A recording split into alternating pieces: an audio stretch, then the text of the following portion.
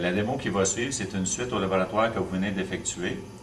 Ce que nous allons faire, nous allons mesurer la résistance électrique d'une ampoule. À l'intérieur d'une ampoule, il y a un filament de tungstène qui va chauffer pour produire la lumière. Alors, ce qu'on va faire dans un premier temps, c'est qu'on va mesurer la résistance électrique d'ampoules de diverses puissances. Alors, donc, on commence avec une ampoule de 25 watts et on mesure celle-ci avec l'ohmmètre. Alors, on relie tout simplement l'ampoule à l'ohmmètre. Et on peut voir que pour une ampoule de 25 watts, on a une résistance de 43,7 ohms. Maintenant, ce qu'on va faire, c'est qu'on change tout simplement la puissance de l'ampoule. On va de 25 watts à 40 watts.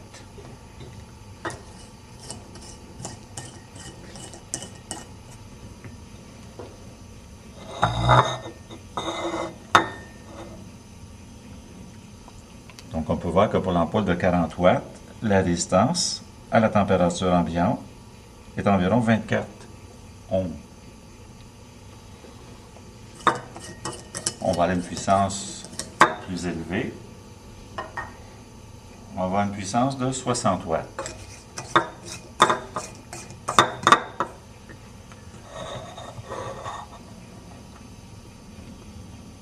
Pour une puissance de 60 watts, on peut voir que la résistance du filament de tungstène est de 17 ohms environ. On va à une puissance de 100 watts.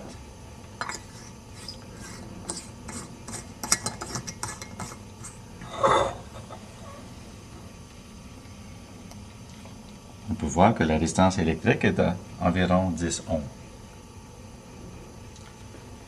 Maintenant, souvenez-vous, lorsqu'on utilise l'ohmmètre, on doit vérifier le zéro. Alors, je fais un court-circuit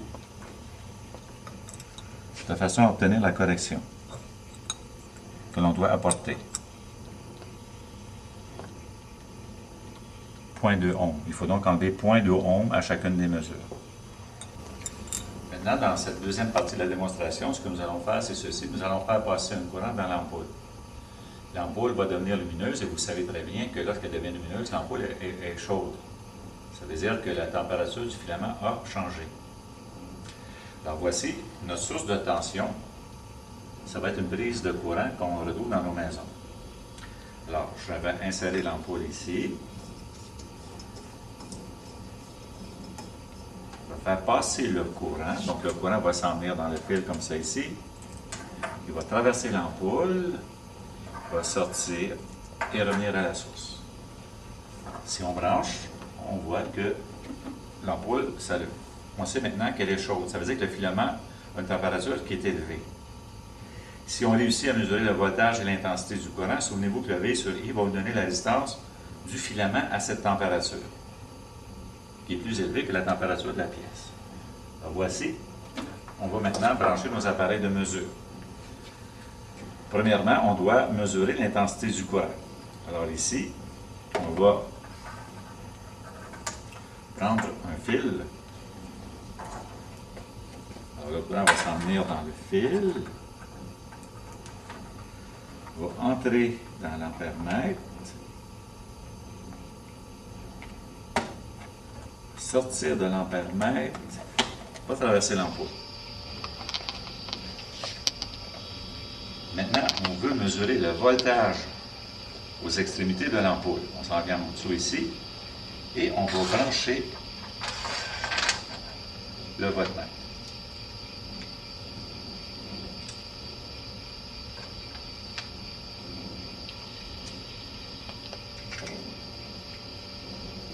Voici, notre voltmètre est branché.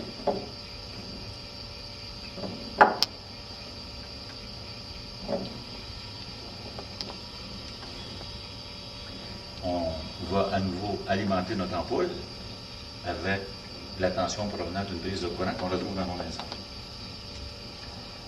Notez que la tension auquel est soumise l'ampoule, 123 volts. Et le courant qui y circule est de 0,215 ampères. Et ça, c'est pour l'ampoule dont la puissance est de 25 watts.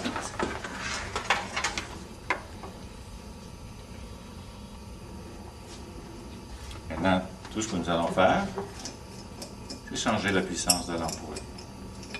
On va passer de 25 watts pour aller à une puissance de 40 watts.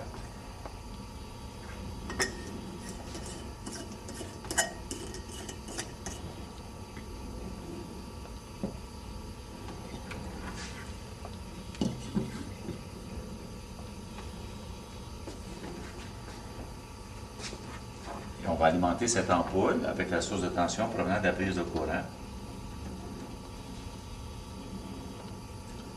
On peut voir que la tension est, même que précédemment, environ 123 volts.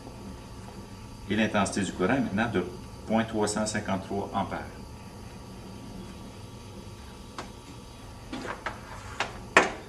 On va passer d'une ampoule dont la puissance est de 40 watts à une ampoule dont la puissance est de 60 watts.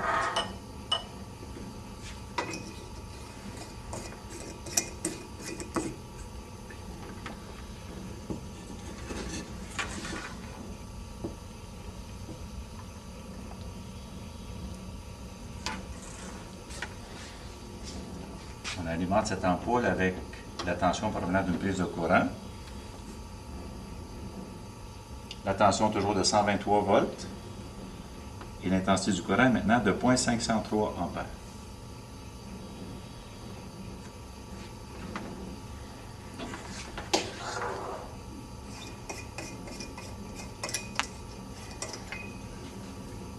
Et finalement, on voit une ampoule de 100 watts.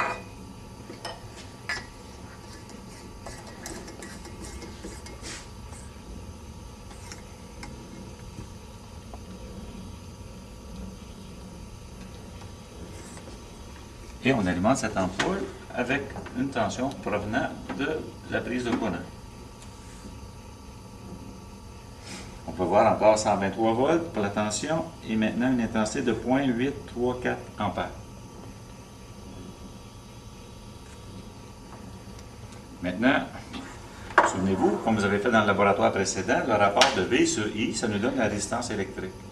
Donc, sachant le voltage et l'intensité du courant pour ces différentes ampoules lorsqu'elles sont illuminées, eh bien, on pourra déterminer quelle est la résistance électrique de ce filament de tungstène.